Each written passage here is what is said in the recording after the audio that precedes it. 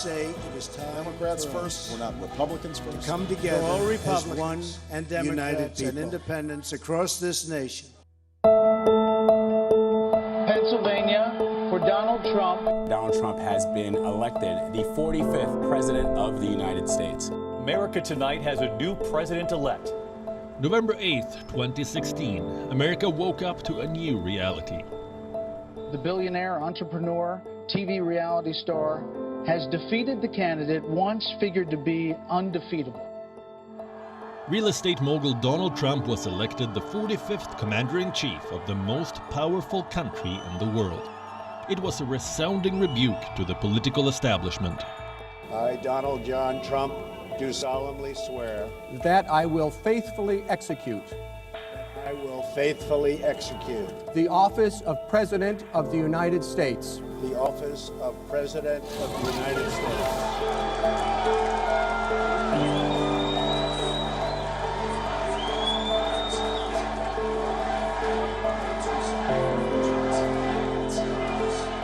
following one of the most bitter and wildly unpredictable campaigns in the nation's history.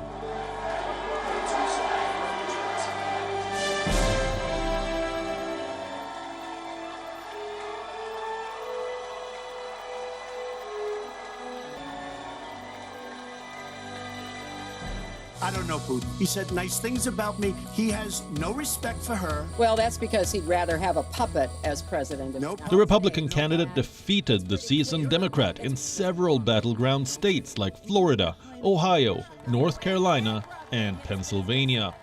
Now it's time for America to bind the wounds of division. Have to get together. To all Republicans and Democrats and independents across this nation, I say it is time for us to come together as one united people. The 67th United States Secretary of State conceded to a 70-year-old entrepreneur turned TV producer with no government experience. The call lasted for about a minute. I've just received a call from Secretary Clinton.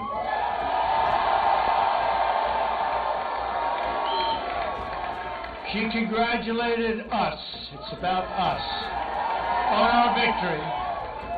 And I congratulated her and her family on a very, very hard-fought campaign. I mean, she fought very hard. President Barack Obama, who campaigned vigorously for Hillary Clinton, congratulated Trump and invited him to a meeting at the White House. We are now all rooting for his success in uniting and leading the country. The peaceful transition of power is one of the hallmarks of our democracy. Everybody is sad when their side loses an election. But the day after, we have to remember that we're actually all on one team. This is an intramural scrimmage. We're not Democrats first, we're not Republicans first, we are Americans first. Trump's victory was a decisive demonstration of power by a largely overlooked coalition of mostly blue-collar, white, and working-class voters.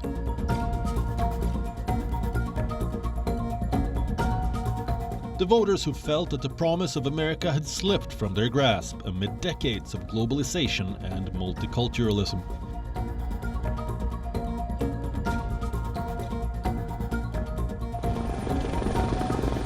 And that large section of the American society found an improbable champion in a Manhattanite who lived in a marble-wrapped, three-storied penthouse apartment on Fifth Avenue.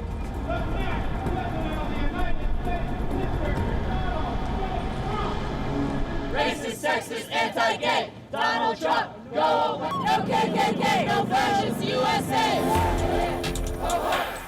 But for others, it was a hard pill to swallow, a blow to the country's liberal democracy. Bridges, not walls. Bridges, not walls. His critics, and there are many, considered him to be a con man who mocked women, minorities, and even people with disabilities. And talking about northern New Jersey draws the prober's eye, written by a nice reporter. Now the poor guy, you got to see this guy. Oh, I don't know what I said. I don't remember. He's going like, I don't remember. Oh, maybe that's what I said. This was 14 years ago. They didn't do a retraction. 8 years after losing to President Obama in Democratic primaries and 16 years after leaving the White House as the First Lady, Hillary Clinton's dream of becoming the first female president was crushed. Donald Trump is going to be our president. We owe him an open mind and the chance to lead. She couldn't remember 39 times. Yeah. Hillary is so corrupt. She got kicked off the Watergate Commission. How corrupt do you have to be to get kicked off the Watergate Commission? Pretty corrupt. Can you see by the dawn's early light? And an unapologetic populist assumed the highest office.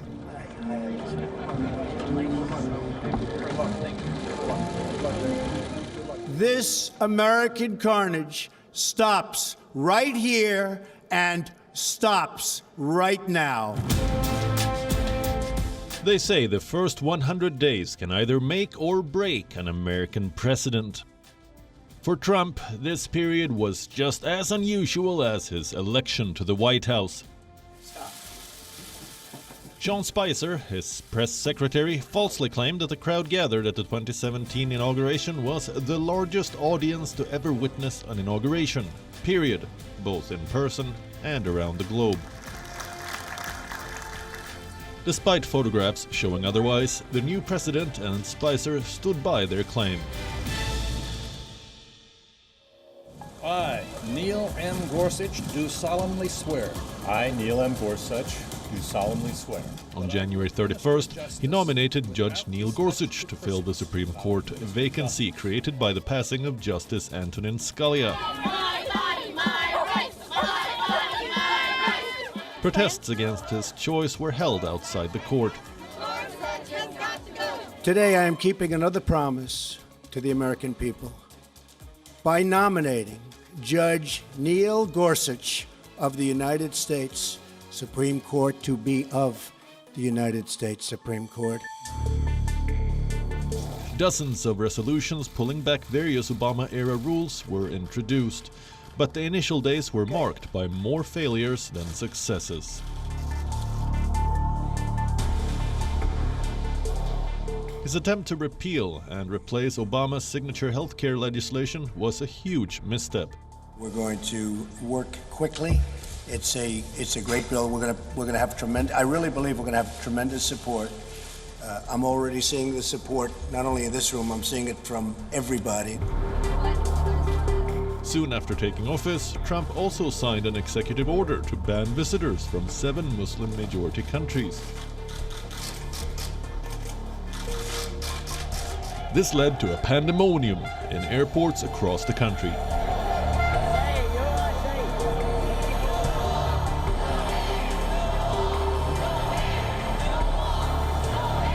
Despite the flurry of executive orders, very little was done on the domestic front.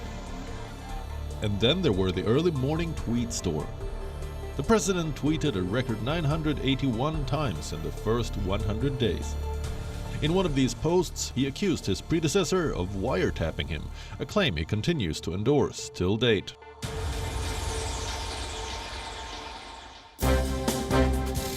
Now let's look at Team Trump. Drama was unfolding at the White House. Even though he had no experience in government, he surrounded himself with aides with no experience in government. This included his son-in-law and his daughter. In terms of foreign policy, it was a mixed bag. Several world leaders mocking President Trump. They're laughing at him. My administration has accomplished more than almost any administration in the history of our country. Didn't expect that reaction, but that's okay. World leaders mocking and ridiculing him for being completely off balance. Allies are deeply worried about it. They say he's becoming increasingly isolated. Something is very wrong.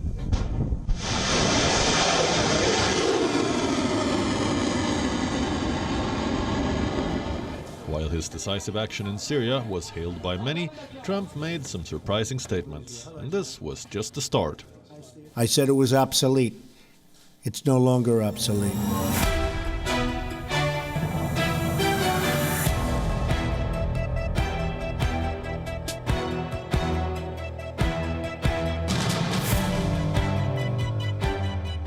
Together, we will make America great again. Trump rode the wave of victory to the White House on this slogan. J. Trump. In 2020, Trump announced that his re-election campaign theme would be Keep America Great. The campaign mantra became Promises Made, Promises Kept. We will make America safe again. And we will make America great again. But in May, he changed his theme to Transition to Greatness.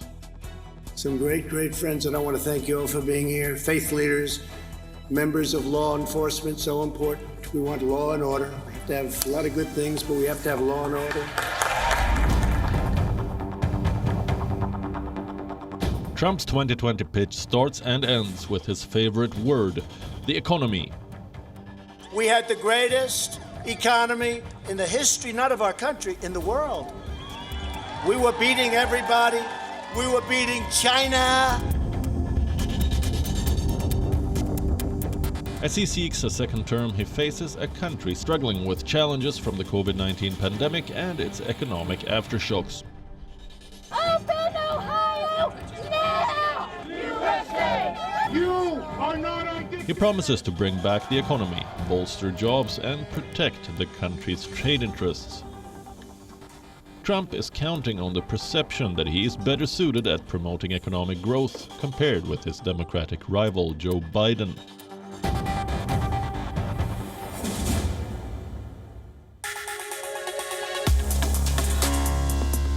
A hard-line stance on China and a brewing trade war continue to remain the focus of his policy. We're looking at exactly where it came from, who it came from, how it happened, separately and also scientifically. So we're going to be able to find it. And my question is, have you seen anything at this point that gives you a high degree of confidence that the Wuhan Institute of Virology was the origin of this virus? Yes, I have. Yes, I have. This, coupled with protection for local manufacturers from foreign competition, could boost his re-election prospects.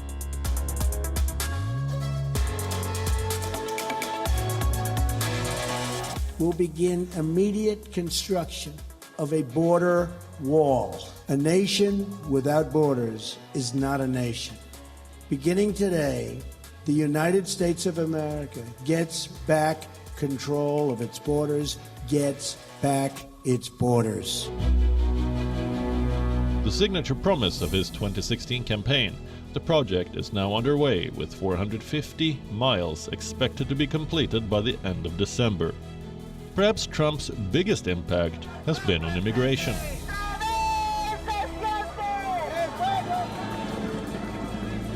Despite resistance from many quarters, Trump has succeeded in fundamentally transforming the nation's immigration system. Using hundreds of executive actions, he has slashed refugee admissions and shut down the asylum system at the southwest border.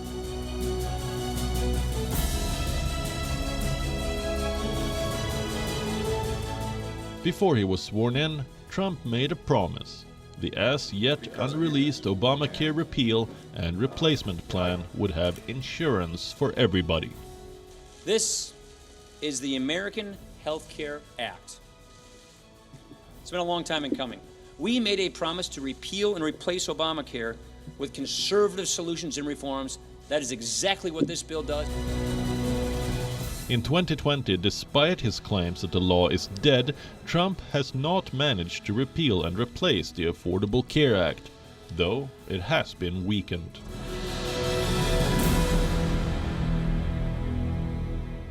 It is my profound honor to be the first president in history to attend the March for Life. Unborn children have never had a stronger defender in the White House. In 2016, Donald Trump had vowed his campaign to stand with anti-abortion activists. And in March this year, he kept his word by attending an annual anti-abortion gathering.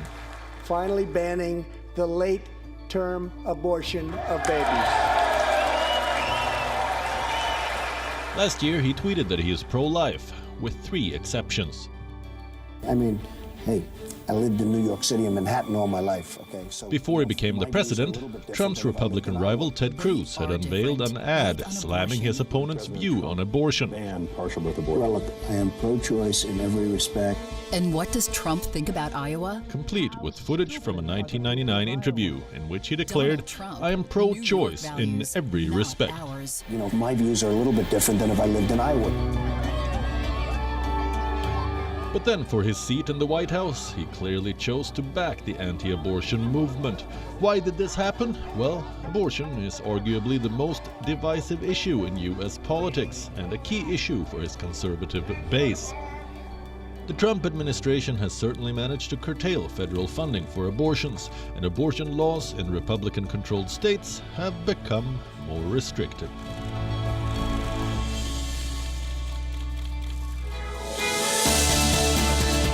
Foreign policy was never a major theme of Trump's 2016 campaign, but the president has shown a flair for diplomacy, befriending many world leaders. As far as UK and the United States, we're working on a very big trade deal, and I think it's going to work out very well. In September 2019, Trump and Indian Prime Minister Narendra Modi shared a stage in Houston at a massive rally of Indian Americans called Howdy Modi.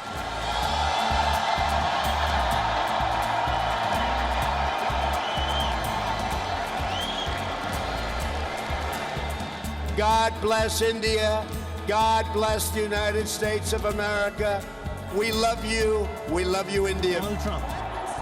And in February this year, he made his first state visit to India.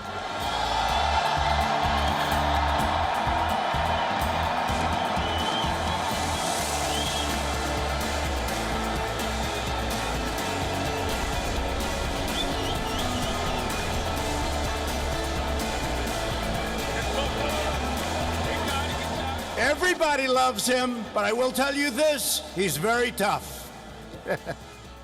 President Trump से पहली बार मिला था तो उन्होंने मुझे कहा था India has a true friend in the white house. President Trump ने भारत के प्रति अपने इस विशेष प्यार को हमेशा प्रदर्शित किया है।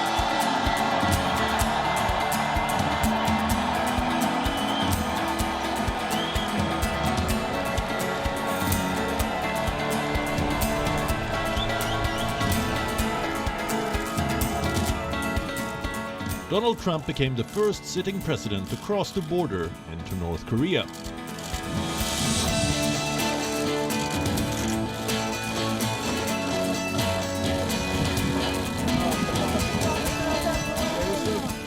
But he also had his fair share of volatile relationships.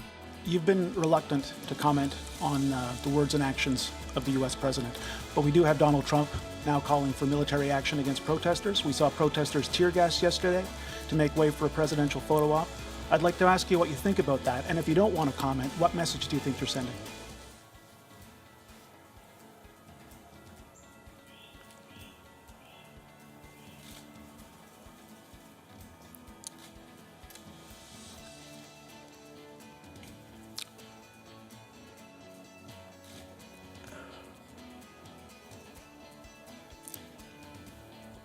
We all watch in horror and consternation what's going on in the United States.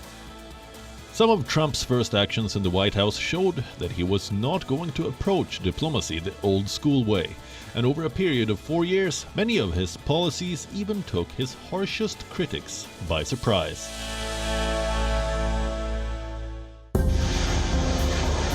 It began with airstrikes in Syria over a deadly chemical attack. The Iran deal is defective at its core. If we do nothing, we know exactly what will happen. Then the US pulled out of the Iran nuclear deal, a move touted as a major shift in US foreign policy. Abu Bakr al-Baghdadi is dead. Then came the killing of two major leaders, ISIS chief Abu Bakr al-Baghdadi and Iranian General Qasem Soleimani. When Obama announced the death of al-Qaeda leader Osama bin Laden in 2012, it was all that was needed to secure 4 more years in the Oval Office. While Trump continues to brag about his conquests, it remains to be seen if these killings achieved the same for him.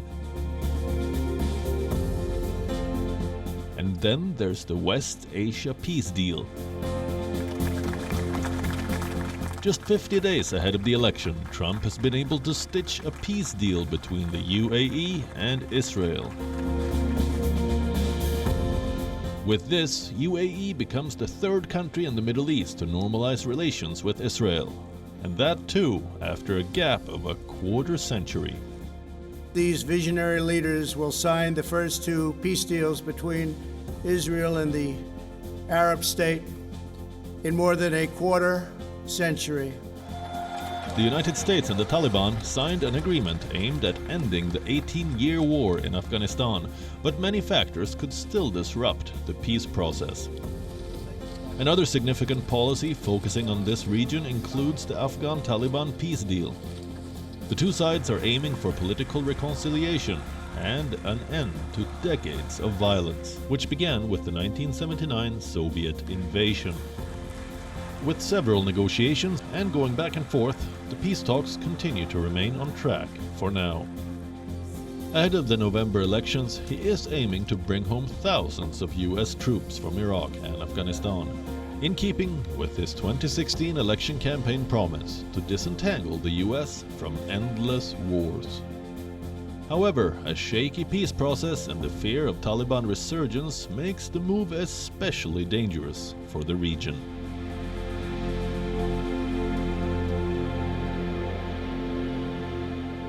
Well, I don't feel like I'm being impeached because it's a hoax, it's a setup, it's a horrible thing they did.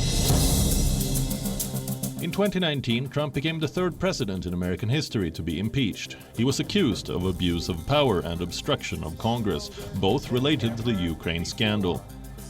It was alleged that he pressurized Ukraine to dig up damaging information on Joe Biden and his son Hunter, who worked for a Ukrainian company when Biden was US vice president.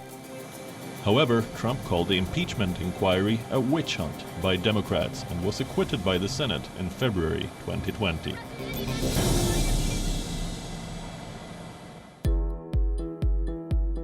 But the biggest hurdle for Trump wasn't the impeachment, it was the coronavirus outbreak.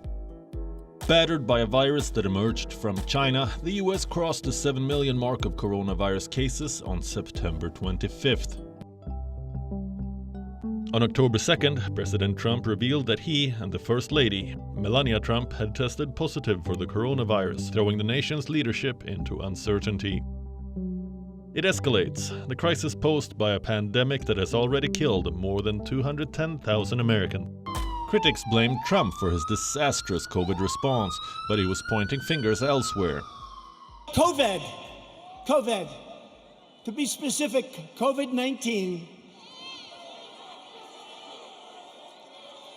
That name gets further and further away from China as opposed to calling it the Chinese virus. US-China ties, already sour due to their trade war, worsened, stating that the World Health Organization was a Chinese puppet. He withdrew funds from the UN body. We will be today terminating our relationship with the World Health Organization and redirecting those funds to other worldwide and deserving urgent global public health needs. But that's not the only withdrawal Trump will be remembered for. Do you recall this moment when he pulled out of the Paris Agreement? The United States will withdraw from the Paris Climate Accord. I'd like to talk about climate change. Mr. President, you said, I don't think the science knows. Over your 4 years, you have pulled the U.S. out of the Paris Climate Accord. You have rolled back a number of Obama environmental records. What do you believe about the science of climate change, and what will you do in the next 4 years to confront it? We have to do better management of our forests. Every year, I get the call, California's burning, California's burning. If that was cleaned, if you had forest management, good forest management, you wouldn't be getting those calls. The contrast with President Trump, the moderator said to President Trump several times, do you believe in climate science? Do you believe the experts? And he deflected and he deflected and he deflected, and eventually he conceded marginally because he had no other choice. So I think it's very clear to Europe that, you know, the stakes could not be higher in this elections for what is arguably the most important issue at the international level over the next 10 and 15 or 15 years. So there you have it, the President of the United States of America. Washington has not changed Donald Trump. Donald Trump has changed Washington. This statement by Ivanka Trump at the Republican National Convention couldn't be truer. Ruth Bader Ginsburg on the court. Donald Trump has indeed rewritten the rules of presidency. And with the first presidential debate held on September 29th, let's just say the real battle has just begun. You were a senator. And You're by the way, worst you were president America has ever had. Hey, Come Joe, on. let me just tell you, Joe, I've done more in 47 months. I've done more than you've done in 47 years, Joe. All right, that's the evidence.